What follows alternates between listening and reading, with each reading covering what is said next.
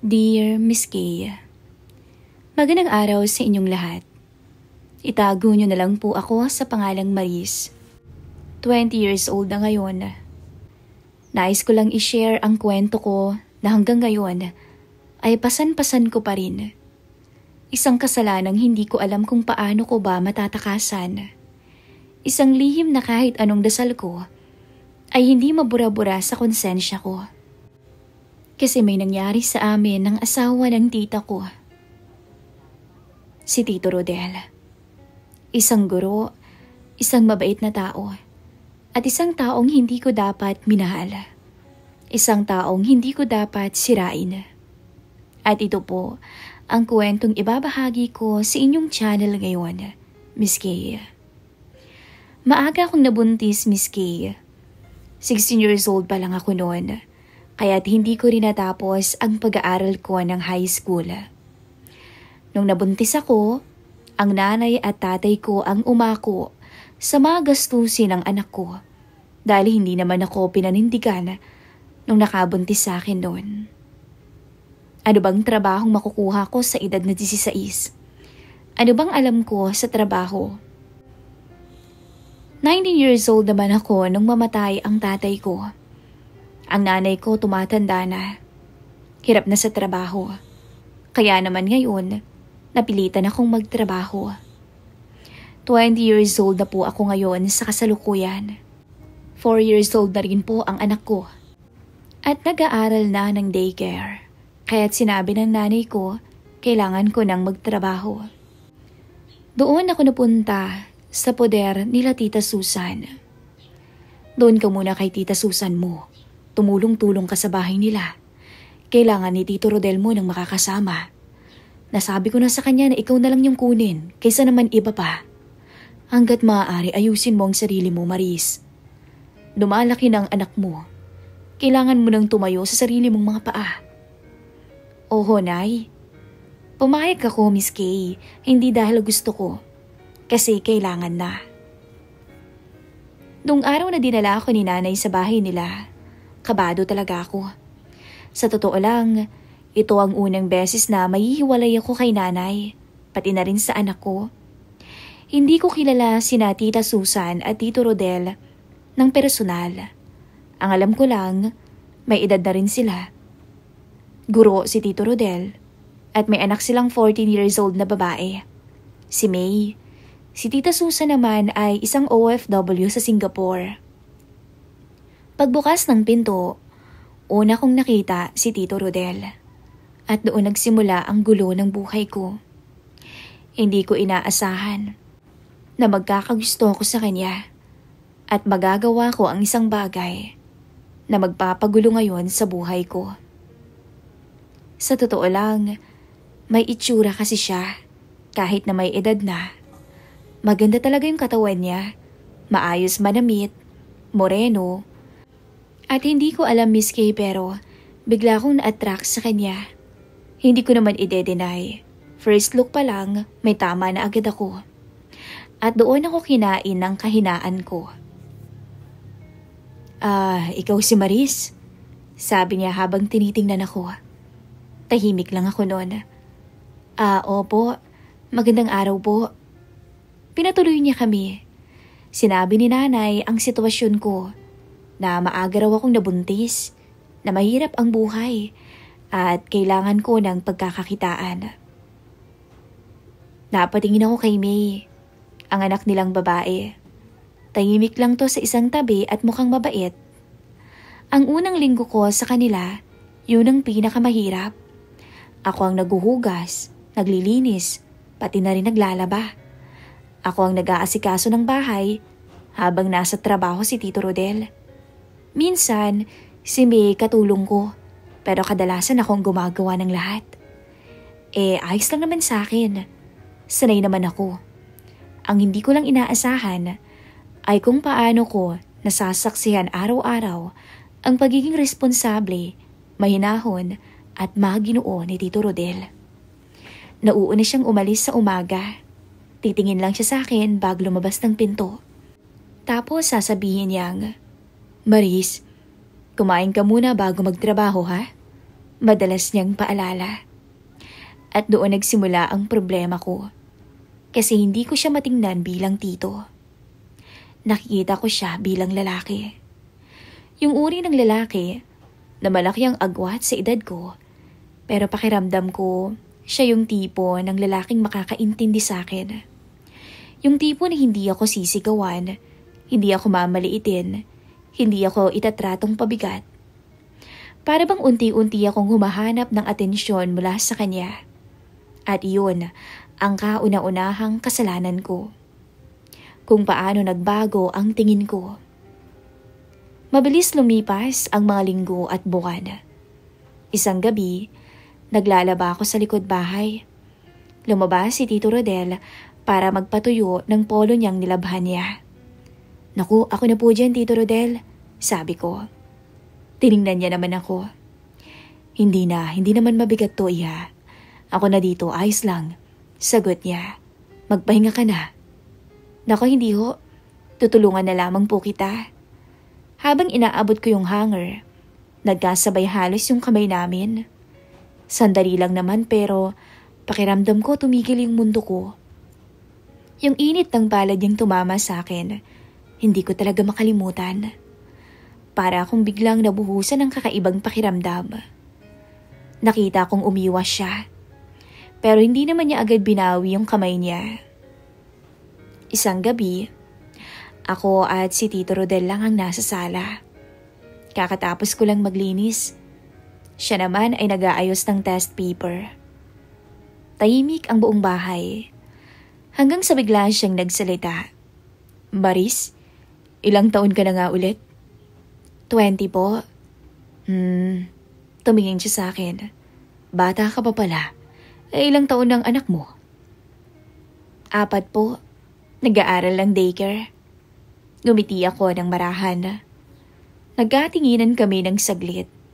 At sa saglit na iyon, naramdaman ko ang kakaibang kuryente na dumaloy sa akin noon, Miss Kay.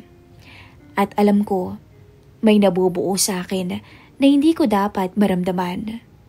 May bawal na unti-unting nagiging tama sa puso ko, ngunit mali sa buong mundo. At sa pagkakataong yon, hindi ko iniisip ang anak ko. Hindi ko iniisip si nanay. Hindi ko iniisip si Tita Susan. Ang iniisip ko lang, kung paano kaya kung may gusto din sa akin si Tito Rodel. Paano kaya kung same lang kami ng nararamdaman? At doon nagsimula ang kasalanan ko. Hindi pa nangyari ang bawal. Pero nangumiti siya bago tumayo noon. Naramdaman kong hindi ko na magagawang umiwas sa kanya. Halos ilang buwan na rin ako noon sa bahay nila. Maayos naman ang naging takbo.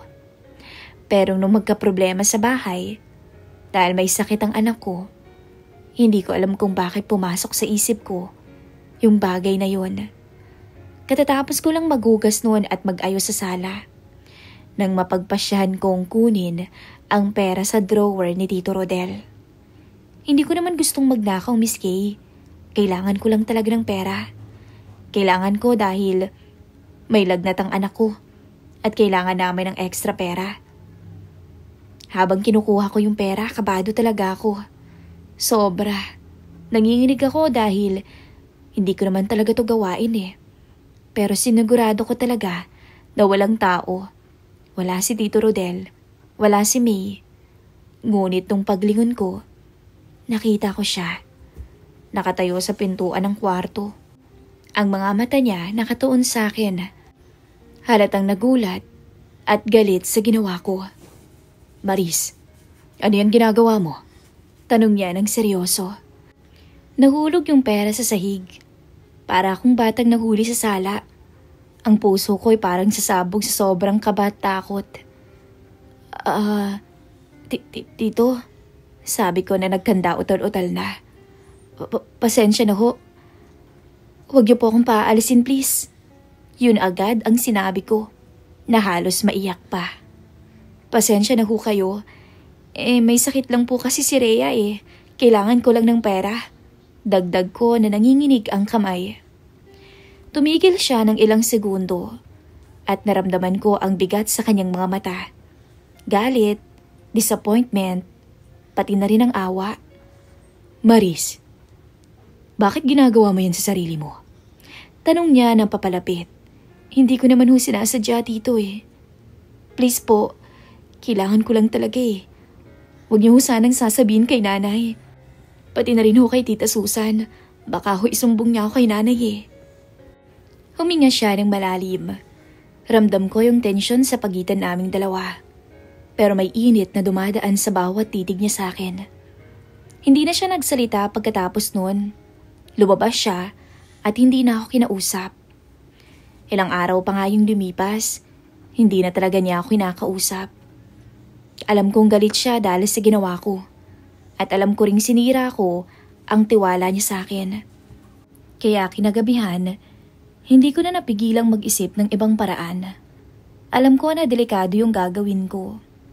Alam ko na mali, pero kailangan kong humingi ng tulong sa kanya. Kailangan ko ng pera. Bandang 10:00 noon, nung dahan-dahan kong binuksan ang pintuan ng kwarto niya. Tito Rodel, bulong ko. Nagulat siya. Napatingin sa akin. Pero alam kong hindi siya galit. Anong ginagawa mo dito, Maris? Umupo ako sa gilid ng kama. Pasensya na po. Nakita ko kasing bukas pa yung ilaw ninyo eh. Alam ko hong mali na pumasok ako dito. Kailangan ko lang kasi talaga ng tulong niyo eh. Kailangan ko ho talaga ng pera. Kahit kaunting tulong lang po. Umupo siya sa tabi ko. Malapit lang ngunit may kaunting distansya pa rin. Maris, ano bang kailangan mo? Bakit hindi mo sinasabi sa akin agad ang mga sitwasyon mo? Huminga ako ng malalim, halos umiyak. Hindi po. Ayoko lang po kasing isipin yung masyadong karapalang ugali ko. Ayokong isipin yung pabigat ako dito. Baka kasi malaman ni Tita Susan. Pauwiin niya ako sa amin. Alam niyo naman, kailangan na kailangan ko ng pera. Magagalit sa akin si nanay kapag umuwi ako. Hindi siya nagsalita ng matagal. Naging tahimik ang buong kwarto. Hindi ko alam kung anong nangyayari sa akin. Hindi ko alam kung bakit nasa punto na nga ako na puro problema. Pero naaakit talaga ako sa kanya. Ramdam ko yung init ng presensya niya. At doon ko nararamdaman na may kakaibang koneksyon. Tito Rodel, baka naman pwede niyo akong bigyan ng pera. At babayaran ko na lang sa ibang paraan. Kung gusto ninyo. Yun ang naisip ko. Ano bang sinasabi mo? Alam niyo naman ho siguro yung sinasabi ko. Please? Wala naman hong makakaalam eh. Tsaka mag-iingat po ako. Maris, mahina niyang sabi. Naiintindihan ko ang sitwasyon mo, pero hindi mo kailangang sabihin, please. Putol ko. Parehas naman tayong makikinabang, Tito Rodel eh. Matagal na wala si Tita Susan, diba? At ako, pwede namang ako. Lalaki kayo, alam ko. At ako, kailangan ko ng pera. Parang may kulog sa loob ng kwarto. Parang lahat ng galit, takot, lungkot ay naghalo-halo. At sa kabila ng lahat, naramdaman ko may init na dumaan sa kanya. Lumapit ako ng dahan-dahan. Ramdam ko yung tensyon sa pagitan naming dalawa. Isang tensyon na parehong alam naming bawal, pero hindi naman namin maiwasan. Maris, alam kong mahirap ang buhay mo. Pero hindi mo kailangang ibenta ang sarili mo para lang sa pera. Bulong niya, malapit sa tenga ko. Nung marinig ko yun at maramdaman ko, para bang may kuryente na dumaan sa katawan ko. Hindi ko na talaga kayang pigilan ng sarili ko. Malandi na kung malandi. Pero napatitig ako sa kanya. Halos naiiyak pa dahil sa drama. Pero Tito Rodel, hindi niya sinabi ang sagot agad. Tahimik lamang siya. Hawak niya yung kamay ko na para bang sa bawat haplos niya, unti-unti akong nabubuo ulit. Hindi ko alam kung paano nagsimula, pero nung mga sandaling yun, Miss Kay, ako ang unang lumapit. Hindi ko alam kung tama. Hindi ko rin alam kung mali. Pero kasi, ibang-iba yung pakiramdam ko noon. At alam ko sa sarili ko, hindi lamang to dahil sa pera. Hindi ko ginagawa to dahil sa pera, kundi sa gustuhan ko rin. Baris, hindi mo ba alam na delikado yung ginagawa mo, ha? Alam kong tama siya. Alam ko talaga. Pero desperado ko eh. Para sa akin, yun ang pinakadelikadong gabing naranasan ko. Actually, wala naman hong nangyari sa amin nun, Miss Kay. Pinigilan niya yung sarili niya. Pero ramdam ko na ang tensyon nun. Parang bawat salita, yung bawat tingin, yung bawat haplos, ay may kasamang pangungulila. At alam ko, lalaki lang siya. Bibigay at bibigay din siya sa babaeng katulad ko. Mula nung gabing yon, nag-iba ang dynamics namin. Hindi pa rin hayagang naglalandi sa harap ng iba. Pero sa loob ng bahay, sa mga lihim na sulyap at haplos, ramdam ko yung kakaibang koneksyon. Isang bagay na nakakatakot, pero nakakaakit. Parang ang lahat ng hirap at lungkot sa buhay ko ay pansamantala kong nakakalimutan. At doon ko naramdaman na hindi ko na kayang bumalik sa dati, na kahit delikado, hindi ko kayang lumayo kay Tito Rodel. Hindi ko na mabilang kung ilang gabi na ang lumipas mula nung nangyari yung gabing yon. Ngunit ramdam ko sa katawan ko at sa isip ko, bawat gabi, lumalalim ang tensyon sa pagitan naming dalawa. Hindi naman kami hayagang naglalandian. Pero may mga lihim na nasulyapan, mga simpleng salita na may kasamang init. Kinagabihan, matapos ang isang napakahabang araw, napagpasyan kong puntahan siya ulit sa kwarto niya. Kumatok ako. Alam ko gising pa siya dahil bukas yung ilaw. Binuksan niya yung pintuan, pinapasok niya ako. May kailangan ka, Maris? Itatanong ko lang kung nakapag-isip na ho ba kayo? Mahina akong tanong. Tiningnan niya ako. Maris, sigurado ka ba sa mga sinasabi mo? Bulong niya. Huminga naman ako ng malalim. Sigurado ho ako. Tumingin siya sa akin. Tahimik. At nung mga sandaling yon, ramdam ko ang init ng presensya niya. Lumapit ako sa kanya ng dahan-dahan. At doon, ramdam ko na, alam ko, may mangyayari na sa amin. Kusa akong lumapit, halos hawakan ko pa yung kamay niya. Akong bahala sa inyo. Please, pero kailangan ko ng pera. Bulong ko. Hindi siya nagsalita agad. Hawak niya lang din yung kamay ko. Hanggang sa maya-maya, ako na ang kusang humalik sa kanya. Hindi na niya kinaya. Hindi na siya nakapagtimpi. At sa bawat titig niya, sa bawat marahang ngiti niya, naramdaman ko ang matagal ko nang hinahanap. Isang pakiramdam na matagal ko nang hindi nararamdaman. At sa kanya ko natagpuan. Hindi ko naman pinlano to. Wala sa plano ko na gawin ko to nung dumating ako sa bahay na ito. Wala rin naman sa plano niya. Pero ito, nangyari na. Daan-daan niyang hinawakan ang mukha ko. At sa tingin ko sa kanyang mga mata, nakita ko ang isang pangungulila at init. Doon sa kwarto nilang dalawa ni Tita Susan, unti-unti kaming naglapit na dalawa. Ang bawat titig, ang bawat haplos, ang bawat mahihinang bulong na may kasamang pangungulila. Doon nangyari ang lahat. Parang bawat salita niya, bawat tingin niya ay nagbubukas ng damdamin ko. Parang bawat hawak, kahit simple, ay nagpaparamdam naman ng seguridad na matagal ko nang hinahanap si isang lalaki. Hindi ko alam kung tama, hindi ko alam kung mali rin. Sa gitna ng tensyon, bigla akong naalala yung anak ko, yung nanay ko. Ngunit sa bawat haplos naman at tingin ni Tito Rodel, nababaliw naman ako at nakakalimutan ko yung konsensya.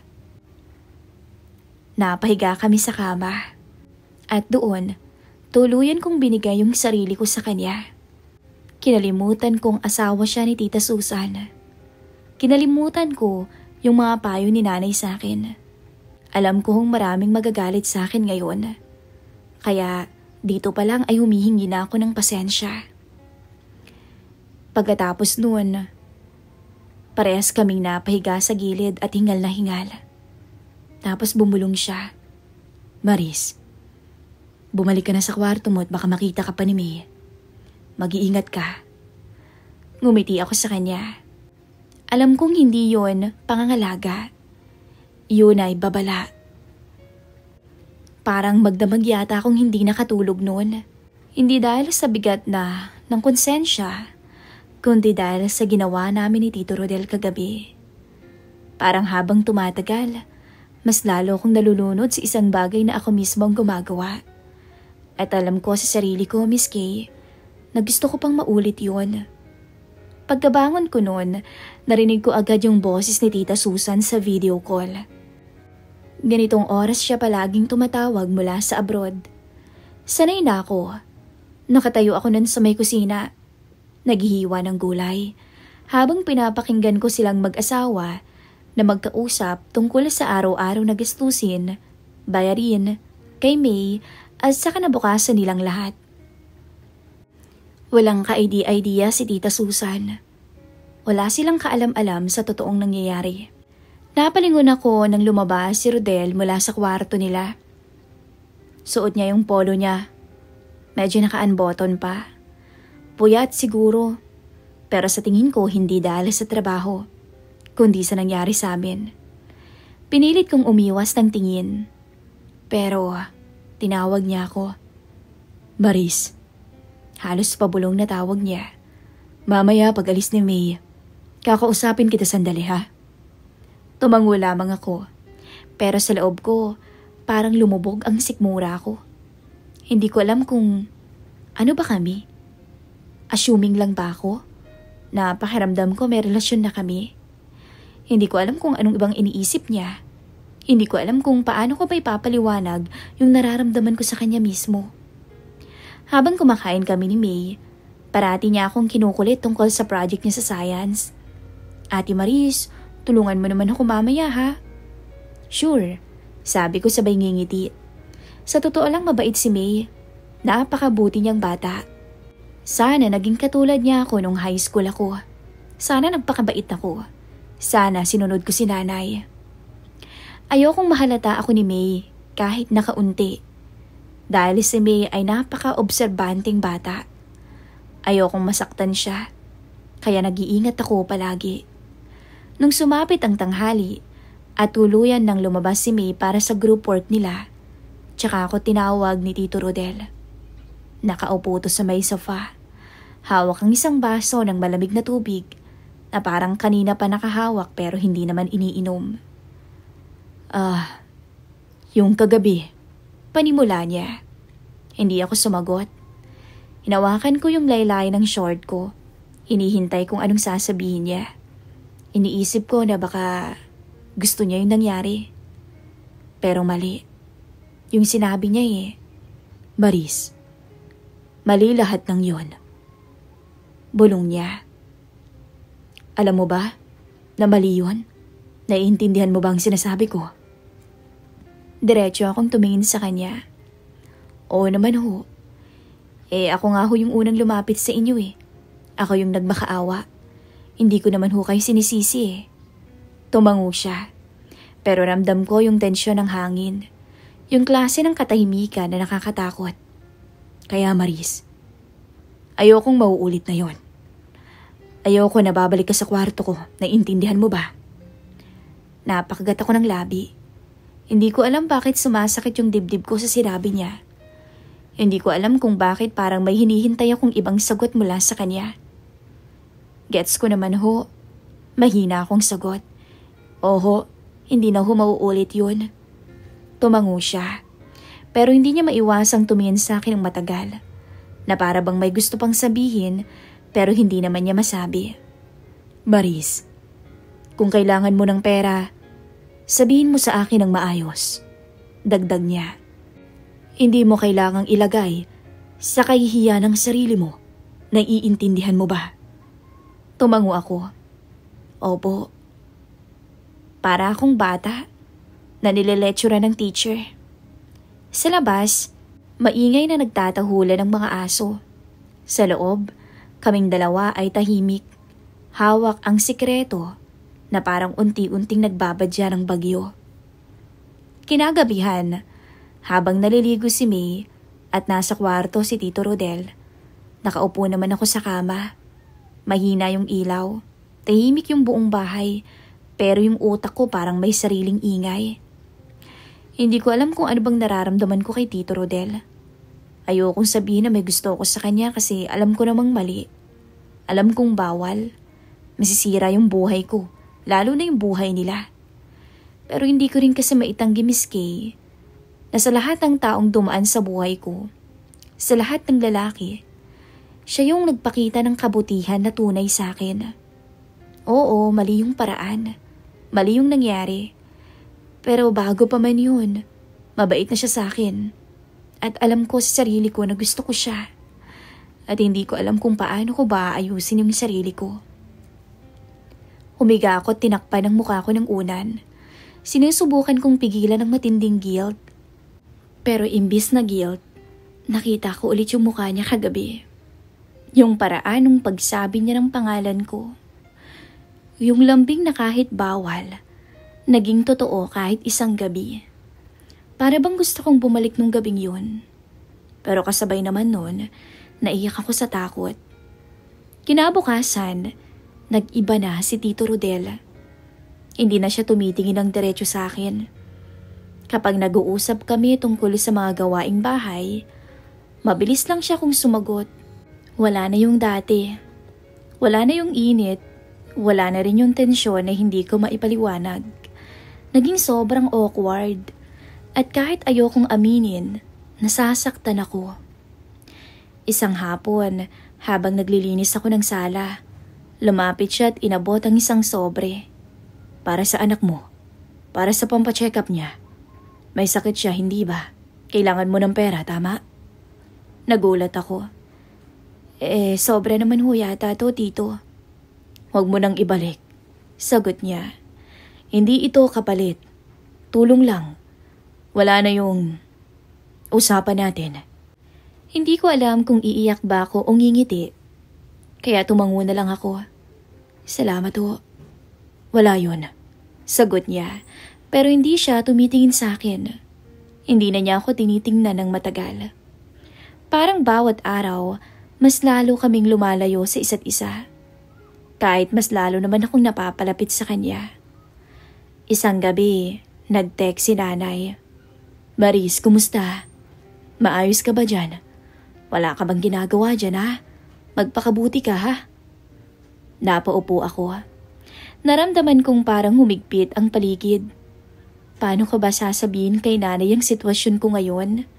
Na may gusto ako sa asawa ng pinsan niya. Kinabukasan, habang nasa labas si May, tinawag ako ni Tito Rodel. Maris? Ayos ka lang ba? Umiling ako. Hindi ho. Bakit? May problema ba? Tumingin ako sa kanya.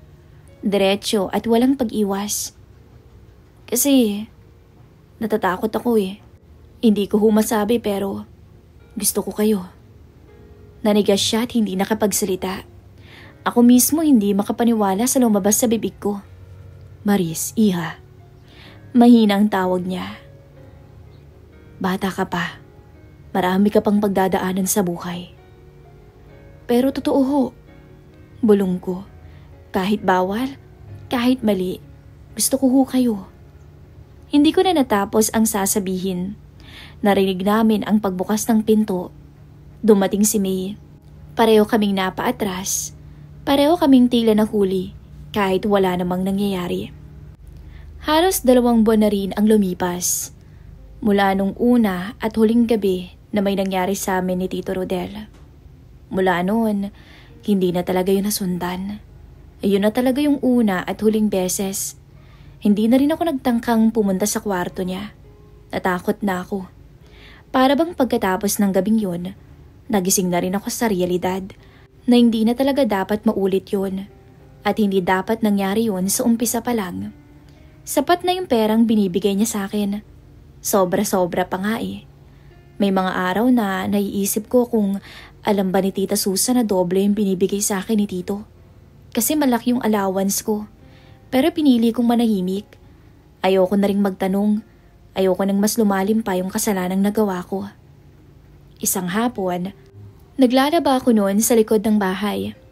Nakayuko habang kinukusot ko yung uniforme ni May nung bigla akong nahilo.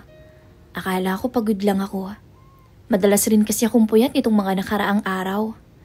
Hindi ko rin maintindihan kung bakit hirap akong makatulog. Parang lagi kong kinakabahan. Pero hindi ko naman alam kung ano yung kinakakaba ko. Nung tumayo ako para ibuhos yung sabon sa batya, parang may kung anong kumalabit sa isip ko. Bigla akong naalala. Teka, hindi pa nga pala ako dinadatnan no. Napahinto ako at napahawak sa sarili ko. Para akong biglang binuhusan ng malamig na tubig.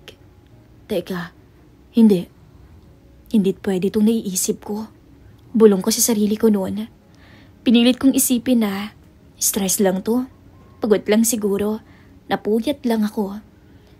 Pero lumipas ang araw. Mas lalo akong kinakabahan.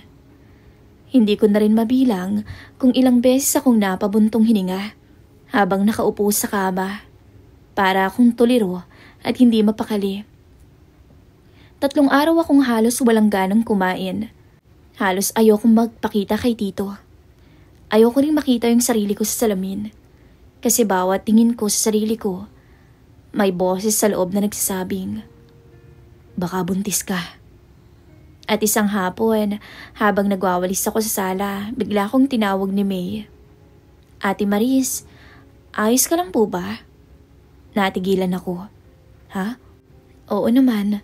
Bakit? Lumapit siya sa akin at may daladalang notebook. Napapansin ko kasi parang natutulala ka lagi. Pati si Daddy tinatanong ka kung may problema ka raw ba? May alam daw ba ako? Hindi ko naman alam eh. Napangiti ako ng pilit. Kulang lang siguro sa tulog, pero okay naman ako. Naku, may pinagkakaabalan ka yata. May boyfriend ka na siguro, no? Natawa lamang ako. Maya-maya, umupo si May sa may sofa. Tumingin siya sa akin na parang totoong nakikita niya yung bigat sa likod ng mga mata ko. Ate Maris, kung may problema ka, sabihin mo lang sa akin ha. Hindi man ako matanda, marunong naman ako makinig na. Napatingin ako sa batang yun. 14 pa lang siya pero ang laki ng puso. Ang matured.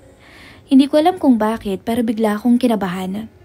Narealize ko na napakabuti ng pamilya nila para mawasak dahil sa isang pagkakamaling ginawa ko. At doon ako natakot. Hindi dahil sa posibleng resulta, pero dahil sa kanila. Kay Tito Susan, kay May, at lalo na kay Tito Rodel. Hindi ko alam kung kaya kong sirain ang pamilya nila. Hindi ko alam kung kaya kong tignan si May sa mata kapag nalaman niya ang nagawa ko. Isang beses lang naman yun. Isang gabi lang. Hindi ko na nga maalala kung bakit ako pumunta o kung ano bang reason ko. Pero bakit parang binalikan ako ng kapalit agad? Dumating ang linggo, day off ko. Buong umaga akong nakaupo sa kama, nakahawak sa tiyan ko. Hindi ko alam kung anong dapat kong maramdaman. Takot, hiya, kaba, galit sa sarili. Sa huli, nagpasya akong lumabas. Pinilit kong maging kalmado. Bumili ako ng tinapay, kaunting sabon, at bago ako umuwi, dumiretso ako sa pinakamalapit na butika. Bumili ako ng pregnancy test. Tiningnan pa nga ako ng tindera. Baka iniisip niyang bata pa ako. Pero di ko na yun pinansin. Kinuha ko yung maliit na kahon at mabilis na naglakad pa uwi. Habang pauwi ako nun, Miss Kay, para akong nanginginig. Para bang ang bigat ng kahon sa kamay ko kahit ang gaan-gaan dahil ang liit lang naman nun. Para akong di makahinga. Pagdating sa bahay, saktong wala si Tito. Si May lang ang nandoon at nanunood sa sala. Pagpasok ko sa kwarto, halos hindi ko maisara agad ang pinto dahil nanginginig ang kamay ko. Naupo ako sa kama. Pinahid ang pawis sa noo ko kahit malamig ang hangin. Ilang minuto kong tinitigan yung kahon, pero pakiramdam ko 1 oras na akong nakaupo doon. Maris, ano bang nagawa mo sa buhay mo? Yun lang ang paulit-ulit kong sinasabi bago ko nilakasan ang loob ko. Binuksan ko yung test, bumuntong hininga, pumasok sa CR.